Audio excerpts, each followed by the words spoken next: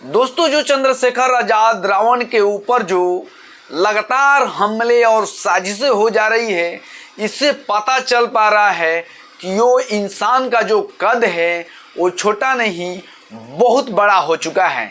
जी हाँ दोस्तों, अभी जो आप लगातार वीडियो सोशल मीडिया के माध्यम से देख रहे हैं कि चंद्रशेखर आजाद रावण जब मंच पर पहुंचते हैं दिल्ली में, तो उनके द्वारा कुछ ऐसे लोगों के द्वारा उनको भगाया जाता है। वहाँ से हटने के लिए बोला जाता है कि आप यहाँ जाइए, आप दंगा करा देंगे। बिना बुलाए मेहमान, कहा जाता है बिन बुलाए बराती।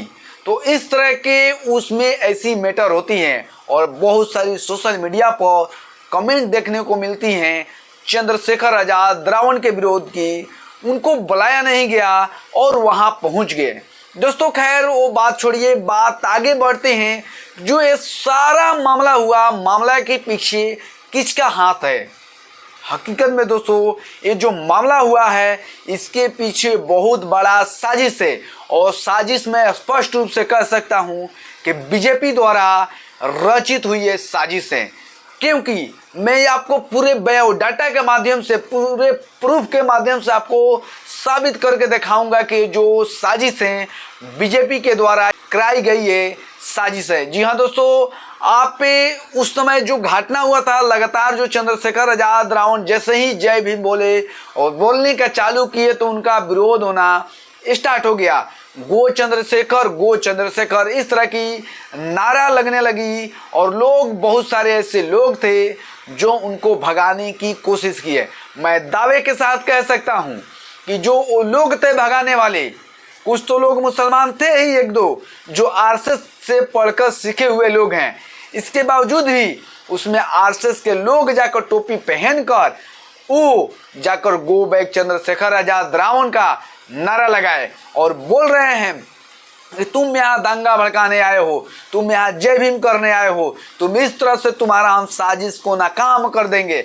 इस तरह से माहौल बना दिया जाता है, इस तरह से लोगों के मानसिकता में डाल दी जाती है, और कहीं ना कहीं वहाँ मॉब लिंचिंग भी चंद्रशेखर आजाद रावण के साथ हो सकता था। लेकिन कहिए कि कार्यकर्ता जो थे इनके वो तैनात थे और इनको बचा लिए।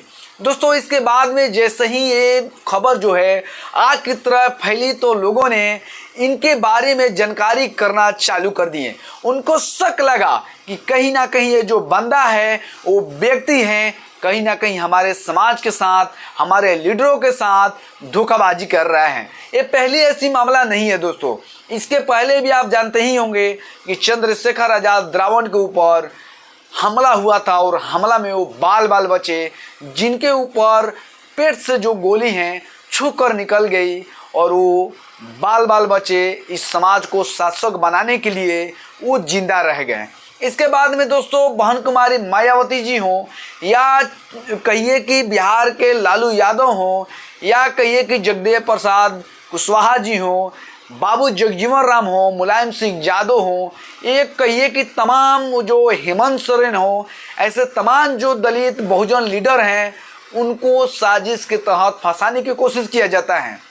समाज में जो उनका जो कद बड़ा होता है उस कद को छोटा करने की कोशिश की जाती है, और इसी कोशिश में ये भी कोशिश था, लेकिन ये कोशिश जो है नाकाम हो गया, और लोगों ने सर्च मारना चालू कर दिया कि आखिर बंदा है तो कौन है।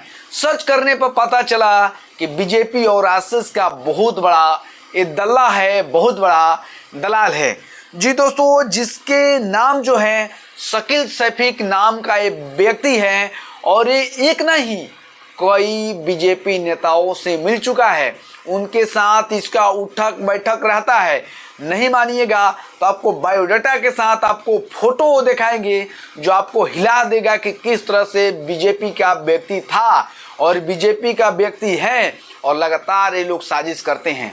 मैं दावे के साथ ये भी कह सकता हूं कि ये लोग दंगा भड़काने वाले लोग हैं।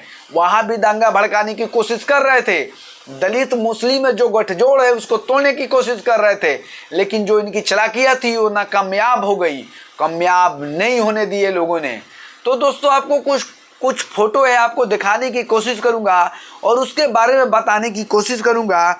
ये जो फोटो है कौन इसमें लोग हैं, किसके किसके साथ ये बंदा मिला हुआ है, आप इसके माध्यम से देख सकेंगे।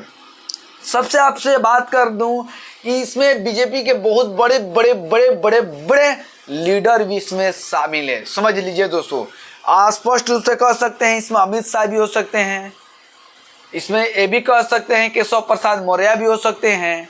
ऐसे बहुत सारे लोग हैं, आपको बारी बारी से दिखाने की कोशिश करूंगा। और जो लोकसभा में अपने आप को मुसलमान कहता है, और आपको भी पता है कि जो मुसलमान लोग हैं वो बीजेपी को वोट नहीं देते हैं, बाय द वे दे दिए उसका बात तो अलग है, लेकिन उनका वोट वही जाता है जो बीजेपी का विरोध में रहता है, उनको वोट देते हैं। लेकिन ये बंदा कह रहा है कि आप जो लोकसभा चुनाव था उसमें आप बीजेपी को वोट कीजिए, ये अपने लोगों से कहने की कोशिश कर रहा था। वकील सैफी ने की आने वाले लोकसभा चुनाव में मुसलमानों से बीजेपी को वोट करने की अपील। समझ ली, जो दिल्ली में लोकसभा का चुनाव हो रहा था उस चुनाव में इन्होंने बीजेपी के लिए वोट मांगा। और आपको बहुत सारे ऐसे फोटो दिखा सकते हैं जो अमित शाह के साथ भी देख सकते हैं। ये जो आप फोटो देख रहे हैं अमित शाह जो है, और ये शकील जो हैं, शकील सैफी, ये भी साथ में है। इनका साथ फोटो जो काफ़ी तेजी से वायरल हो रहा है, इसमें बहुत सारे लोग कुछ भी लिख भी रहे हैं। इसके बाद में दोस्तों देख सकते हैं कि जो नितिन गडकरी हैं, नितिन गडकरी के साथ भी इनका जो फोटो है काफ़ी वायरल हो रहा है। इसके बाद में देख सकते हैं कि जो बीजेपी का कार्यालय है उनके पीछे जो कमल का निशान है, बीजेपी का निशान है। आप लोग स्पष्ट रूप से देख सकते हैं कि कोई और नहीं, बीजेपी वाला ही था जो वहां पर सेंधमारी करने की कोशिश कर रहा था, दंगा भड़काने की कोशिश कर रहा था।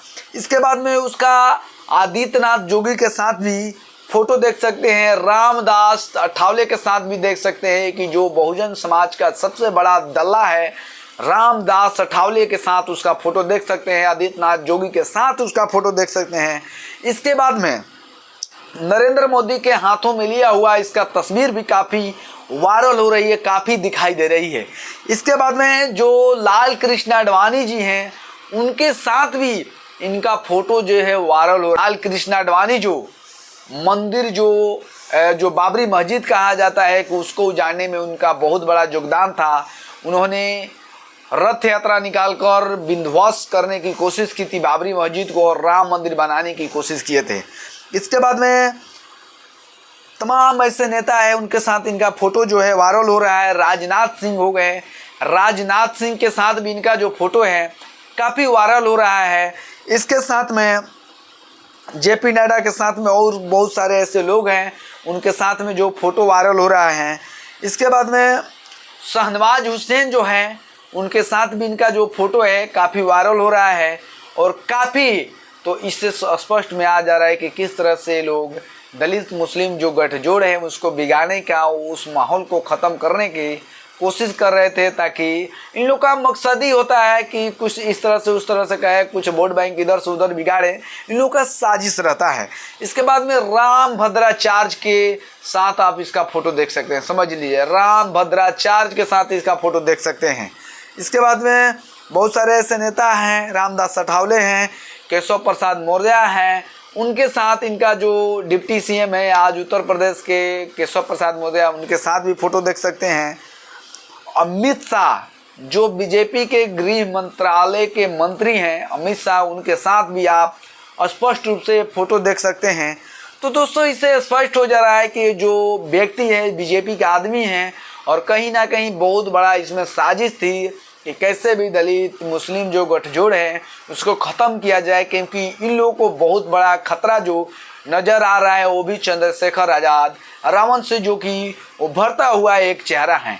दोस्तों इस वीडियो को लेकर, जिस तरह से हमने इस वीडियो को लेकर बनाया है, इसको लेकर आप क्या सोचते हैं? हमने जो राय दिया है, जो सबूतें जो पेश किए हैं, उसको लेकर क्या सोचते हैं? प्लीज़ कमेंट करके ज़रूर बताइएगा। बहुत बहुत धन्यवाद।